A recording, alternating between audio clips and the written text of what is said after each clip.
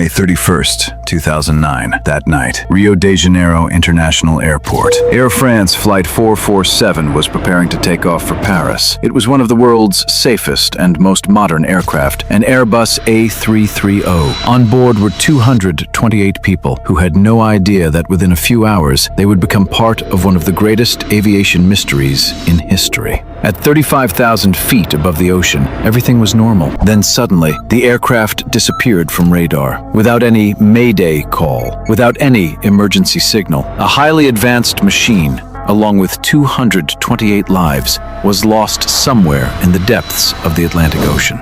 For 2 years, it remained just a mystery to the world. But when the aircraft's black boxes were recovered from a depth of 4,000 meters, the truth that emerged shocked everyone. This is not just the story of an accident. It is a story of fear and the final 4 minutes that changed the fate of 228 people. The accident began in a region pilots call the Intertropical Convergence Zone, an area near the Earth's equator where the weather is always dangerous. It was nighttime. Nothing was visible outside. The aircraft was flying through dense clouds. Suddenly, an unusual sound was heard in the cockpit. It sounded like hail hitting the aircraft, but it wasn't hail.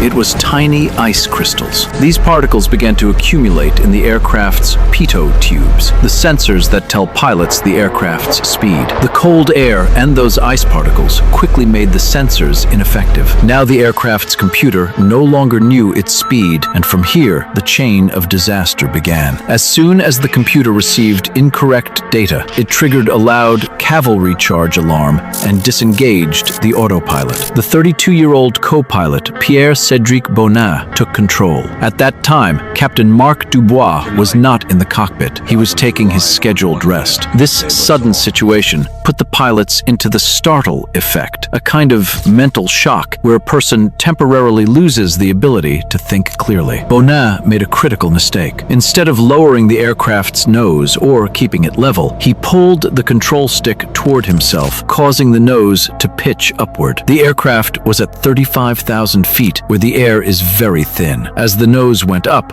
the aircraft began climbing rapidly, but its speed dropped. Then a terrifying alarm echoed in the cockpit. Stall! Stall! A stall means the aircraft has lost its lift and will start falling. Every pilot is trained that during a stall, the nose must be pushed down to regain speed. But Bonin was doing the exact opposite. He kept pulling the stick back. The second co-pilot, David Robert, became confused. He couldn't understand why Bonin was pulling the aircraft upward. Due to the Airbus cockpit design, he couldn't see what Bonin was doing with the stick. The aircraft now reached 38,000 feet. The engines were running at full power, but instead of moving forward, the aircraft began to descend at a rate of about 10,000 feet per minute. At this moment, Captain Marc Dubois returned to the cockpit. What he saw was terrifying. Alarms were blaring, the aircraft was shaking violently, and both pilots were confused. We've lost control. We don't understand anything. Incredibly, there was no mechanical failure. The engines were working perfectly. If Bonin had simply released the stick, the aircraft would have naturally recovered. But due to fear, he couldn't do it. The aircraft descended below the clouds. The ocean was now very close. Climb! Climb! But I've been pulling the stick all the way back for a while now. The captain finally understood the real problem. No! Don't pull up. Give me control. Robert took control